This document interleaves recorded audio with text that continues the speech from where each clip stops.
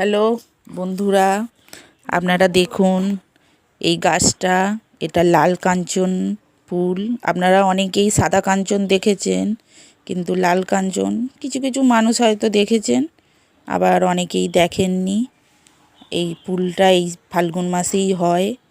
পুরো গাছ ভর্তি এখন হয়ে গেছে ফুলে, হেভি সুন্দর। বন্ধুরা, লাল কাঞ্চন তো তোমরা দেখলে। এবার তোমাদেরকে আমার ছেলে অনেক ধরনের গাছ লাগিয়েছে, সেগুলো সব তোমাদেরকে দেখাবো। সেগুলো কেমন হয়েছে তোমরা জানাবে।